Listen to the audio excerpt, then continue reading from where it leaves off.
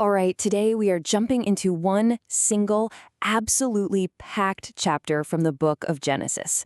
Seriously, it's a story of two completely different, super dramatic encounters. One is about a promise that seems totally impossible, and the other? It's a desperate negotiation for the soul of an entire city. So, to really get our heads around this, let's just start with the huge question this ancient story forces us to ask. Can a human being actually argue with a divine plan? Can you really change God's mind? Just, let that question simmer in the background as we walk through this. Okay, so our story kicks off with the patriarch Abraham. Picture this. He's just sitting at the entrance to his tent in the absolute hottest part of the day. It seems like a totally normal moment, but it's about to become anything but. He looks up and there are three mysterious men just standing there. Now, you gotta pay attention to his reaction here. There is zero hesitation. He doesn't just call out or wait for them, he runs to meet them, and then he bows all the way to the ground. In that culture, that's a sign of just profound respect, especially to strangers. This isn't just him being polite, this is setting the stage for something much, much bigger. And just look at the details the story zooms in on. Abraham runs, he hurries, he picks out the absolute best calf.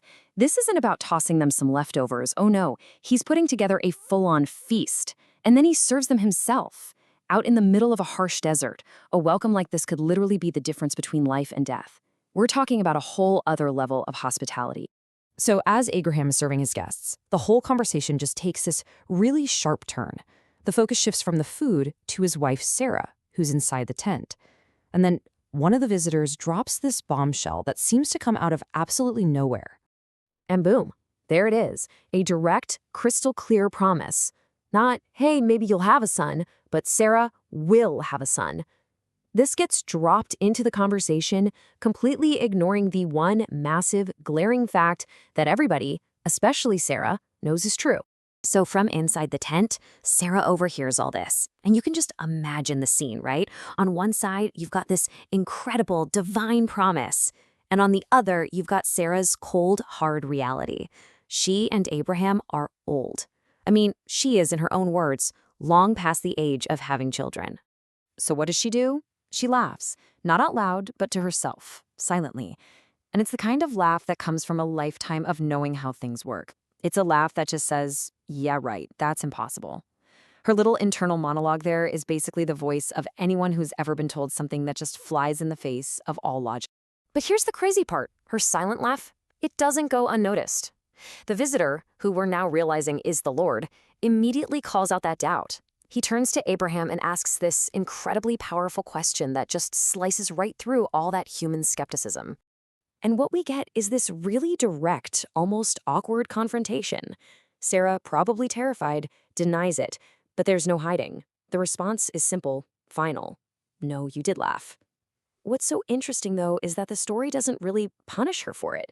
It just uses that moment to highlight this huge tension between what we see as possible and, well, divine power. And then, just like that, the whole scene pivots. As the visitors get up to leave, they look out toward the city of Sodom. And that intimate personal chat about a baby, it's suddenly replaced by a conversation about divine judgment on a massive, terrifying scale. So the Lord decides, I'm not going to hide what I'm about to do from Abraham. He tells him that he's heard this terrible outcry from Sodom and Gomorrah and that he's going down to see if it's really as bad as it sounds. And that decision, that transparency, is what opens the door for one of the most remarkable conversations you'll ever read. Seriously, what happens next is just astonishing. Abraham doesn't just fall on his knees and beg for mercy.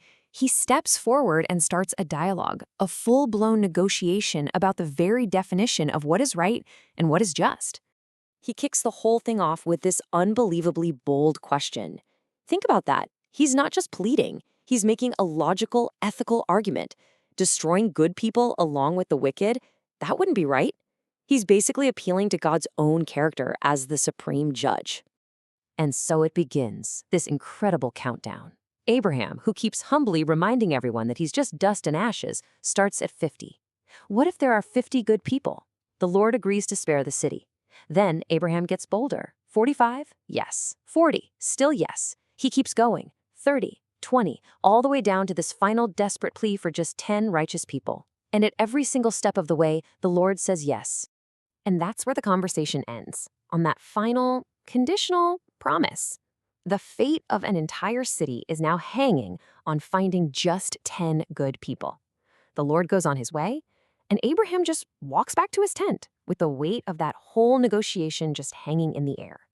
So, after those two incredibly intense encounters, what are we supposed to take away from all this?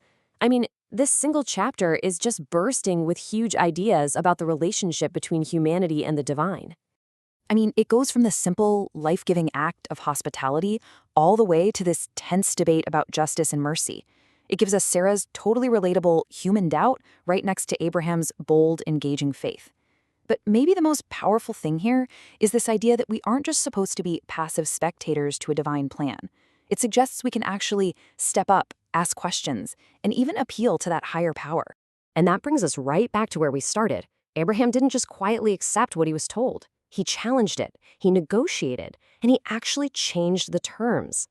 It leaves us with a really provocative question to chew on. What does it mean when justice, even divine justice, is shown to be negotiable? And what does that say about our own role when it comes to standing up and advocating for what's right?